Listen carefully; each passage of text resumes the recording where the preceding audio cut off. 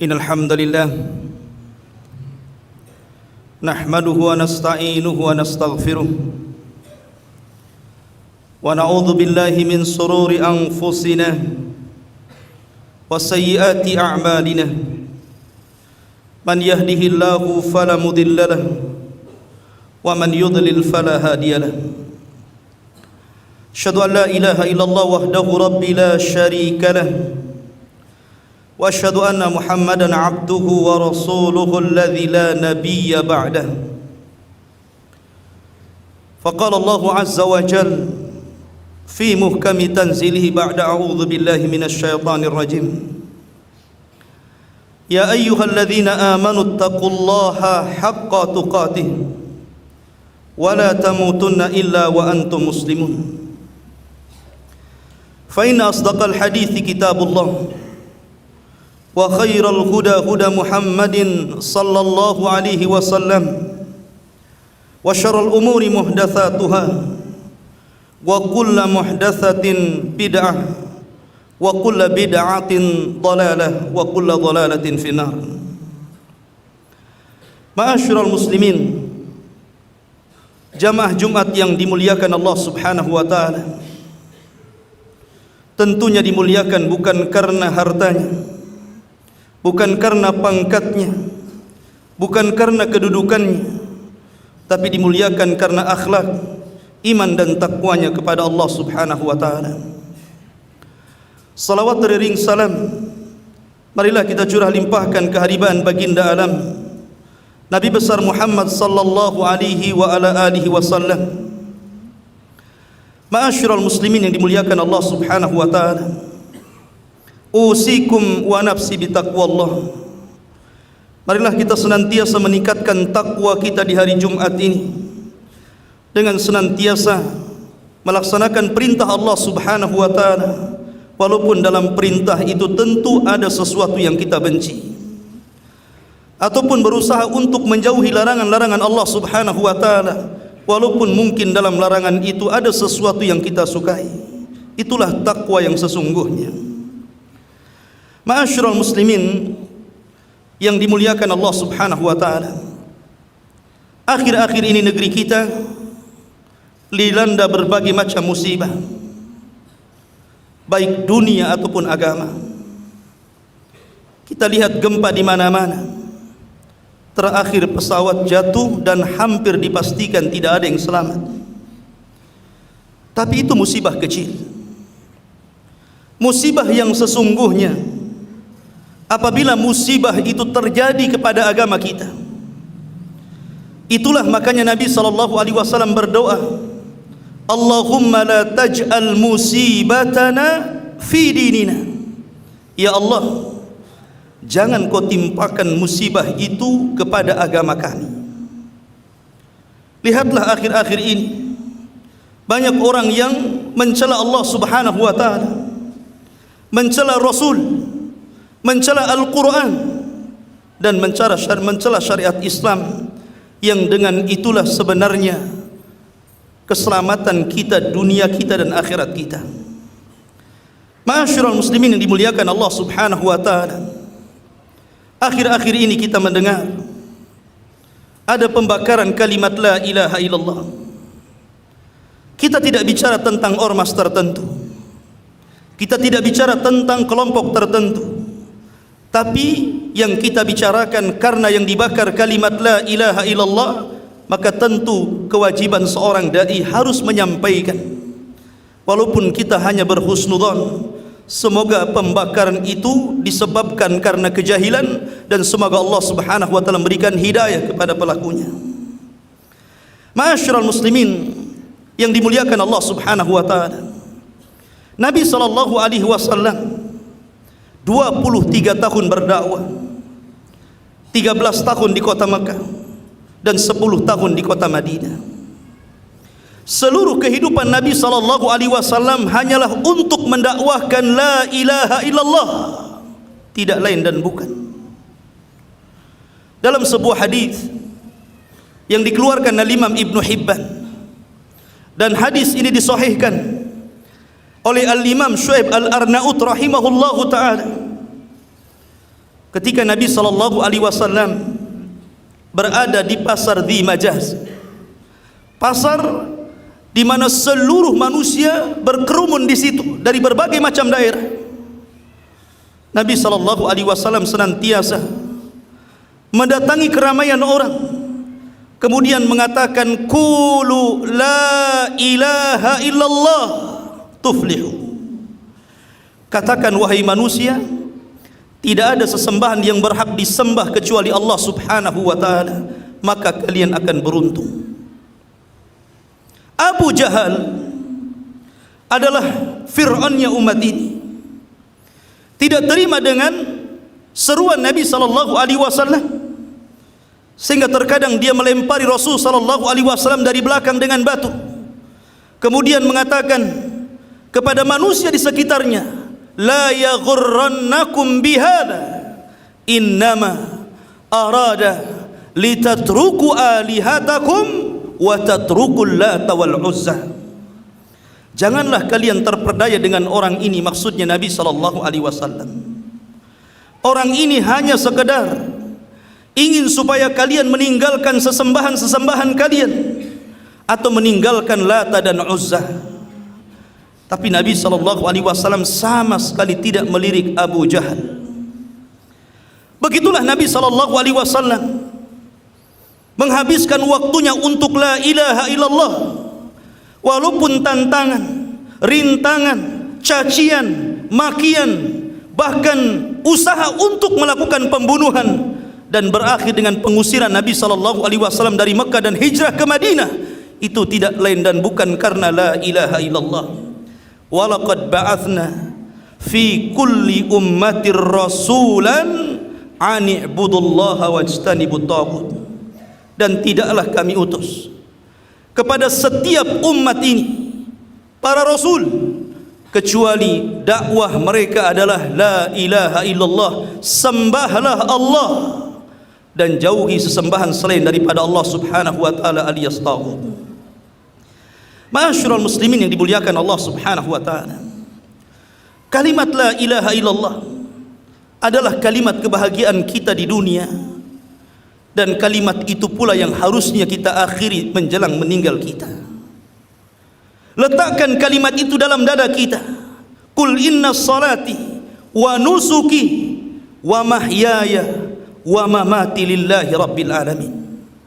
Katakan salatku, penyembelihanku, dan seluruh hidupku serta matiku diserahkan untuk la ilaha illallah.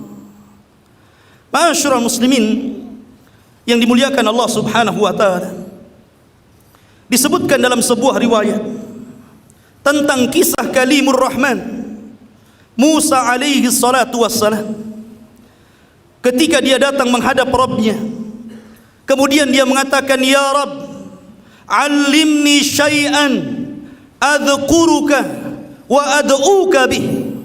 Wahai Rabb, ajarkan kepadaku satu kalimat yang dengan kalimat itu aku bisa mengingat kamu, yang dengan kalimat itu aku akan senantiasa berdoa kepadamu.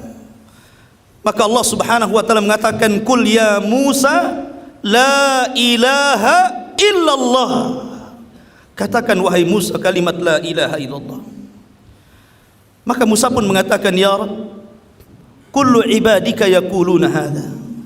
Wahai Rabb, seluruh manusia mengucapkan kalimat itu, aku ingin yang lainnya. Tapi Allah Subhanahu wa ta'ala tetap mengatakan, ya Musa qul la ilaha illallah. Wahai Musa, katakan la ilaha illallah. Kemudian Allah Subhanahu wa ta'ala memberikan alasannya. Allah berfirman, ya Musa, law anna as-samawati sab'i wa amirahun wal aradina as-sab'i wa amirahun fi kaffatin wa la ilaha illallah fi kaffatin la rajahat bihinna la ilaha illallah. Wahai Musa, kalaulah langit dan 7 lapisnya bersama para penghuninya, dan bumi bersama 7 lapisnya dan para penghuninya itu diletakkan di satu neraca timbangan, kemudian la ilaha illallah diletakkan di neraca timbangan satunya, la rajahat bihinna la ilaha illallah. Tentu la ilaha illallah jauh lebih berat dibandingkan beratnya langit dan bumi. Subhanallah. Kalimat ini bukan kalimat biasa. Kalimat ini lebih berat dibandingkan langit dan bumi. Nabi SAW pernah menggambarkan dalam sebuah riwayat, walaupun sebagian para ulama mengatakan fihi nadhar, bahwa jarak langit pertama ke langit kedua itu 500 tahun perjalanan. Langit kedua, ketiga juga sama. Langit ketiga, keempat juga sama, dan begitu seterusnya. Dan setiap 4 jari di langit itu ada malaikat yang sujud sampai kiamat. Ada yang ruku sampai kiamat. Ada yang bertasbih sampai kiamat. Dan tidak ada yang tahu jumlah malaikat kecuali Allah Subhanahu wa ta'ala. La ya'lamu jununa rabbihi illahu. Tidak ada yang tahu tentara Allah itu berapa jumlahnya. Artinya bahwa langit itu adalah tempat yang sangat suci. Tidak ada di langit tempat maksiat, karena seluruhnya adalah para malaikat, dan mereka adalah makhluk yang senantiasa berdoa kepada Allah dan beribadah hanya kepadanya. Begitu juga bumi. Para nabi dan rasul ada di bumi, termasuk Rasul kita Muhammad sallallahu alaihi wasallam juga ada di bumi. Artinya bahwa kemuliaan langit beserta malaikatnya, kemuliaan bumi beserta para nabi dan rasulnya, rupanya tidak lebih mulia dibandingkan kalimat la ilaha illallah. Ini menunjukkan kalimat besar, kalimat yang sangat agung. Bahkan kalimat ini pula lah penyebab kita mendapatkan syafaat Allah Subhanahu wa ta'ala. Dalam sebuah hadis yang dikeluarkan Imam Bukhari dari hadis Abi Hurairah radhiyallahu an, Abu Hurairah radhiyallahu an suatu ketika bertanya kepada Nabi sallallahu alaihi wasallam, "Ya Rasulullah, man as'adun nas bi syafa'atika yaumal qiyamah?" Rasul, siapa manusia yang paling bahagia dengan syafaatmu pada hari kiamat? Maka Nabi sallallahu alaihi wasallam mengatakan, "Ya Abu Hurairah, aku kira tidak ada yang bertanya tentang soal ini kecuali dirimu. Baik, aku akan jawab, karena melihat semangat kamu tentang hadis Nabi sallallahu alaihi wasallam." Maka Nabi sallallahu alaihi wasallam mengatakan, "Ya Abu Hurairah, as'adun nas bi syafaati yaumal qiyamah man qala la ilaha illallah."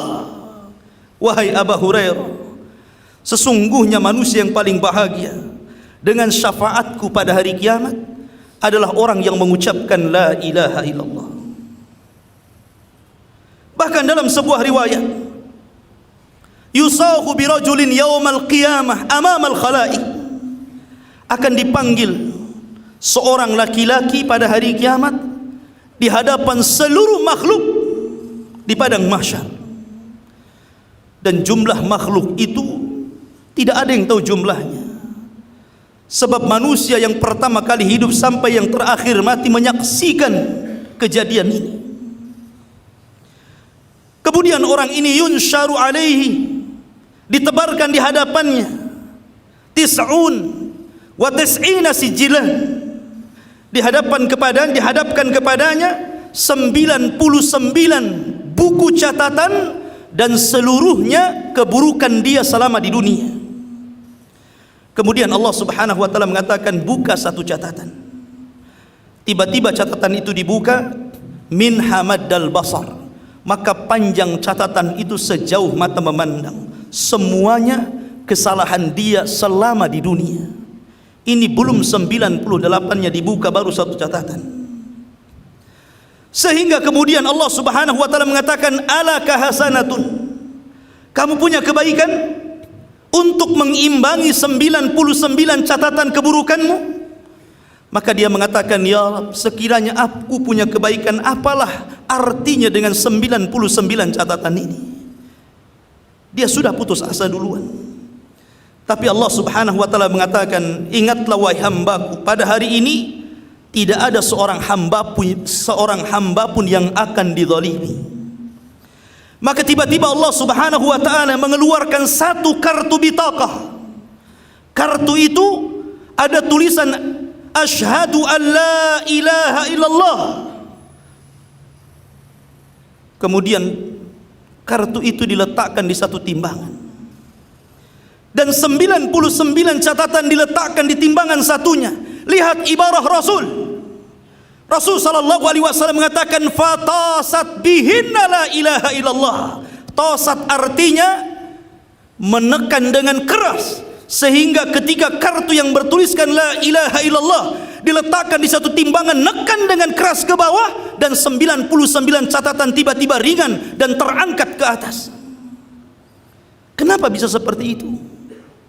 Itulah keagungan la ilaha illallah. Kalimat yang jauh lebih berat dibandingkan langit dan bumi. Yang kata Imam Ibnul Qayyim rahimahullahu ta'ala dalam kitab Zadnya mengatakan bahwa kalimat la ilaha illallah wali ajliha qamatis samawati wal ard wa khalaqa jami'ul makhluqat. Karena sebab kalimat itulah tegaknya langit dan bumi dan seluruh makhluk diciptakan Allah Subhanahu wa taala. Wa ma khalaqtul jinna wal insa illa liya'budun. Ma'asyiral muslimin yang dimuliakan Allah Azza wa Jalla. Ada sebuah hadis yang cukup panjang ketika bicara tentang syafaatul udma. Ketika manusia datang kepada Nabi Allah Adam alaihi salatu wasallam meminta syafaat, setelah mereka berdiri di padang mahsyar selama 50 alfasana, 50 tahun. Matahari didekatkan, mereka kehausan, mereka kelaparan, tapi mereka tidak diwafatkan, mereka disiksa begitu saja.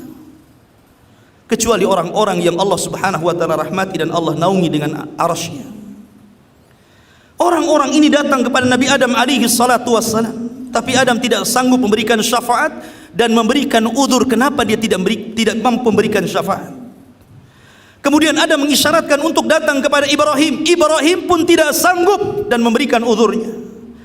Kemudian Ibrahim mengisyaratkan untuk datang kepada Nabi Musa. Musa pun tidak sanggup. Akhirnya mengisyaratkan kepada Nabi Isa. Memang Isa tidak memberikan udzur, tapi Isa menghormati Rasul kita yang mulia dan mengatakan datanglah kepada Muhammad. Maka ketika seluruh manusia sejak zaman Adam sampai orang yang terakhir mati berhadapan dengan Rasul kita yang mulia alaihi salatu wassalam dan mengatakan ya Muhammad isfa' lana ila rabbik ala tara ila ma nahnu fi. Wahai Muhammad, mintalah syafaat kepada Allah. Tidakkah kau iba melihat kondisi kami kepanasan, matahari didekatkan, kami kehausan, kami kelaparan. Mintalah keputusan kepada Allah Subhanahu wa taala agar suasana ini diberhentikan. Maka Nabi sallallahu alaihi wasallam mengatakan analah, saya akan usahakan. Kemudian Nabi sallallahu alaihi wasallam menghadap Allah Subhanahu wa taala. Kemudian sujud dengan sujud yang sangat lama. Tiba-tiba Allah Subhanahu wa taala menyuruh Nabi sallallahu alaihi wasallam dan mengatakan ya Muhammad irfa' ra'sak. Wahai Muhammad, angkat kepalamu. Qul tusma, katakan kau didengar. Wasal tu'tah, mintalah kau akan diberikan permintaan. Washfa' tu syaffa', mintalah syafaat, aku akan berikan syafaat. Maka Nabi sallallahu alaihi wasallam meminta 6 syafaat. Yang terakhir Nabi sallallahu alaihi wasallam meminta kepada Allah Subhanahu wa taala dan mengatakan ya Rabb i'dzan li mimman qala la ilaha illallah. Wahai Rabb, izinkan aku agar kau selamatkan orang-orang yang sudah lama hidup di neraka, tapi mereka ketika meninggal dunia masih menyimpan kalimat la ilaha illallah. Maka Allah Subhanahu wa taala mengeluarkan mereka, dan mereka lah orang yang terakhir keluar dari neraka dan terakhir pula masuk surga. Inilah kalimat yang luar biasa ikhwatu fiddin, kalimat penyelamat kita di akhirat. Bahkan di dunia sekalipun kalimat ini menjaga darah kita, karena darah kaum muslimin itu ada harganya. Tidak boleh ditumpahkan sembarangan, tidak boleh dibunuh sembarangan. Dahulu di zaman Nabi sallallahu alaihi wasallam ada seorang sahabat namanya Usamah bin Zaid, putra daripada Zaid ibn Harithah. Dan Zaid ibn Harithah ini adalah sahabat salah satunya sahabat yang menjadi anak angkat Nabi sallallahu alaihi wasallam. Artinya Usamah bin Zaid adalah cucu angkat beliau, orang yang sangat disayang Nabi sallallahu alaihi wasallam. Suatu ketika Usamah bin Zaid diutus oleh Nabi sallallahu alaihi wasallam dengan pasukan yang lain untuk berjihad. Di tengah-tengah peperangan, Usamah melihat seorang musyrik yang sedang bertempur hebat memerangi orang-orang Ansar. Maka Usamah geram, kemudian menghampiri seorang musyrik itu dan hampir menebasnya. Setelah bertarung dan kalah seorang musyrik ini dan siap dibunuh oleh Usamah, tiba-tiba dia mengucapkan la ilaha illallah. Maka Usamah sempat terhenti, tapi Usamah tetap membunuhnya. Perang pun dimenangkan kaum muslimin. Rasul senang dengan membawa ghanimah, harta rampasan perang yang banyak. Tapi ada yang mengganjal di hati Nabi sallallahu alaihi wasallam tentang perbuatan Usamah. Sehingga Nabi sallallahu alaihi wasallam memanggil Usamah dan mengatakan, "Ya Usamah, aqatalta man qala la ilaha illallah?" Wahai Usamah, apakah engkau telah membunuh orang yang mengucapkan kalimat la ilaha illallah? Kata Usamah, "Na'am ya Rasulullah." Ya. Maka Rasul mengatakan, "Walima ya Usamah?" Kenapa wahai Usamah? Kenapa kau bunuh orang yang mengucapkan kalimat la ilaha illallah? Maka Usamah membela diri dan mengatakan, "Qataltuhu ya Rasulullah li'annahu khaufan min suyufi, li'annahu khaufan min sayfi wa firaran minal mauti." Wahai Rasul, aku membunuhnya karena dia mengucapkan kalimat itu boleh jadi karena takut kematian atau menghindar dari kematian. Maka aku tetap membunuhnya. Boleh jadi itu siasat perang saja. Tapi Nabi sallallahu alaihi wasallam tidak pernah melihat batin manusia. Nabi hanya melihat dohir manusia. Rasul mengatakan, "Ya Usamah, afala syaqqaqta an qalbi?" Wahai Usamah, sudah kau belah dadanya hatta ta'lama aqalaha lillahi aw li ghairillah? Apakah dia mengucapkannya karena Allah atau bukan karena Allah? Maka Usamah merasa menyesal. Rupanya Nabi sallallahu alaihi wasallam menghukumi secara zahir, maknanya Usamah telah membunuh seorang muslim karena dia telah mengucapkan la ilaha illallah. Maka dia merasa bersalah dan mengatakan, "Istaghfirli ya Rasulullah." Ampuni aku wahai Rasul, maafkan aku wahai Rasul. Tapi Nabi sallallahu alaihi wasallam sangat marah dan mengatakan, "Ya Usamah, ya Usamah, madza tasna bila ilaha illallah? Madza tasna bila ilaha illallah?" Apa yang akan kau lakukan dengan kalimat la ilaha illallah? "Idza ja'atka yaumal qiyamah tuhaju 'alaika sahibuha." Kalau la ilaha illallah datang kepada Allah kemudian berhujah, kenapa engkau membunuh orang yang mengucapkannya? Apa yang kau akan datangkan alasan di hadapan Allah? Usamah terus mengatakan, "Istaghfirli ya Rasulullah." Maafkan aku wahai Rasul, aku ini tidak tahu. Tapi Rasul tidak pernah menambah kecuali kalimat itu saja, sehingga Usamah mengatakan, "Wadittu ma aslamtu illa yauma idzin." Duhai kiranya aku bercita-cita baru masuk Islam ketika itu, karena Rasul tidak pernah semarah kepada orang yang baru masuk Islam. Lihatlah ma'asyiral muslimin, Nabi sallallahu alaihi wasallam membela musyrik yang mati di peperangan dan sudah memerangi orang-orang muslim hanya ketika hendak dibunuh mengucapkan kalimat la ilaha illallah, menunjukkan bahwa darah orang yang mengucapkan kalimat ini sangat mahal harganya. Gimana pula di akhir-akhir ini orang yang kemudian membunuh orang dengan cara yang murah, yang tidak ada tahu alasan kenapa dia bisa membunuh, dan orang yang dibunuh bingung kenapa bisa dibunuh, padahal dia seorang muslim. Dan lihat pula bagaimana Nabi SAW hanya melihat dohir tanpa melihat batin. Makanya kita katakan, alasan apapun orang yang membakar tulisan la ilaha illallah, kita tidak pernah melihat batin Anda. Dengan mengatakan ini bendera ormas tertentu, dengan mengatakan daripada tercecer dibakar saja, itu kan alasan. Kita melihat dohir bahwa Anda di hadapan kita membakar kalimat itu, kita tidak terima. Tetapi kita berhusnudon, boleh jadi Anda jahil dan bertobat kepada Allah, semoga Allah memberikan hidayah. Tetapi ingat ikhwatu fiddin, bukan berarti orang yang membakar kalimat itu murtad sehingga wajib diperangi dan harus berperang. Mereka saudara kita. Nabi marah ketika Usamah membunuh seorang musyrik yang mengucapkan kalimat la ilaha illallah. sebaiknya kita lapang dada, kita doakan. Karena bagaimanapun nikmat aman di negeri kita ini adalah nikmat yang sangat besar. Lihat Anda, negara-negara yang tidak aman, jangan lagi cerita cari nafkah, cerita ibadah susah. Di negeri kita ini Allah berikan luar biasa kenikmatan yang Allah berikan, dan itu tidak tegak kecuali nikmat aman. Doakan saja, mudah-mudahan dia dapat hidayah. Tidak perlu kemudian mencaci, memaki, menantang jihad, berperang. Ini sama saja berperang melawan kaum muslimin.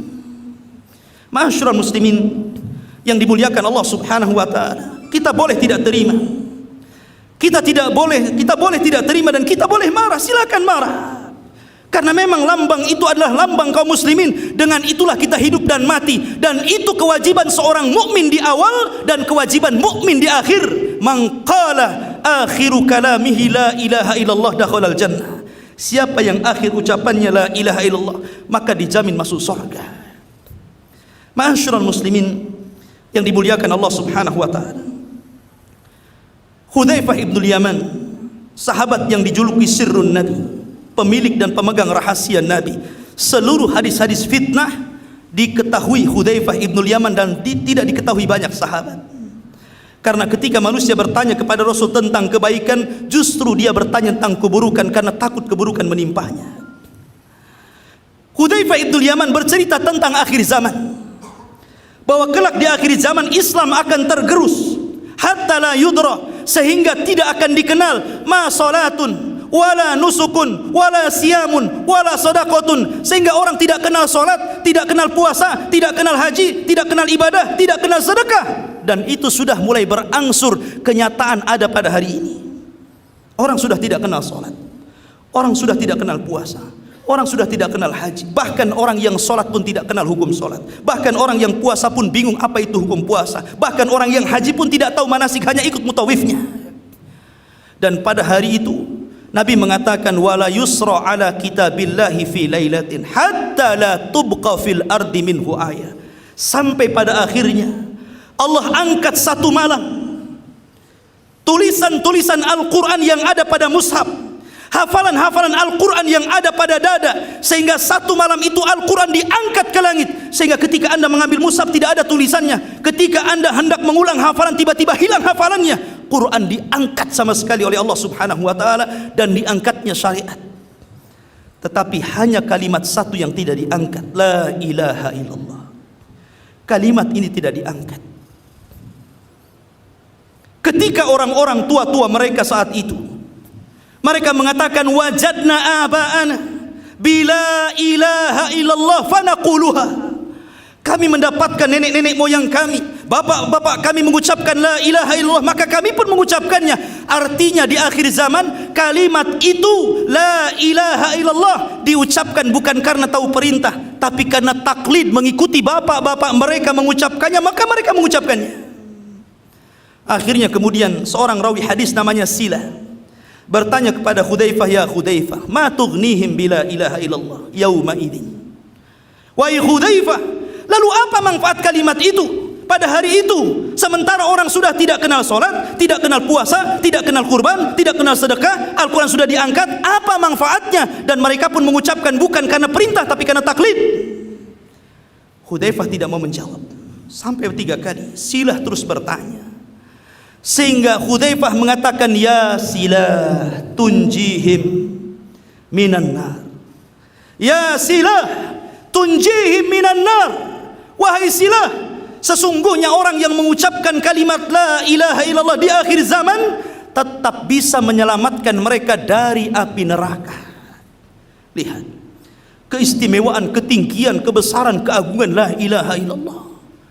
Maka jangan pernah remehkan kalimat ini, karena kalimat ini satu-satunya kalimat yang hanya bisa diucapkan ketika orang sakaratul maut. Kalimat yang lain tidak mungkin diucapkan manusia saat detik-detik sakaratul maut. Hanya kalimat ini yang bisa diucapkan. Antum ejahkan kepada orang yang sedang sakaratul maut kalimat-kalimat yang lain, dia tidak akan mengikutinya. Tapi kalau Anda mengucapkan kalimat la ilaha illallah kepada orang yang sakaratul maut, maka dia bisa mengucapkannya dengan syarat ketika di dunia Anda meninggikan kalimat itu, mengagungkan kalimat itu, mengamalkan isi kalimat itu, dan senantiasa tidak pernah meremehkan, menghina, apalagi kemudian merendahkan kalimat la ilaha illallah. Aqulu ma tasma'un, aqulu qali hadza wastaghfiru innahu huwal ghafurur rahim.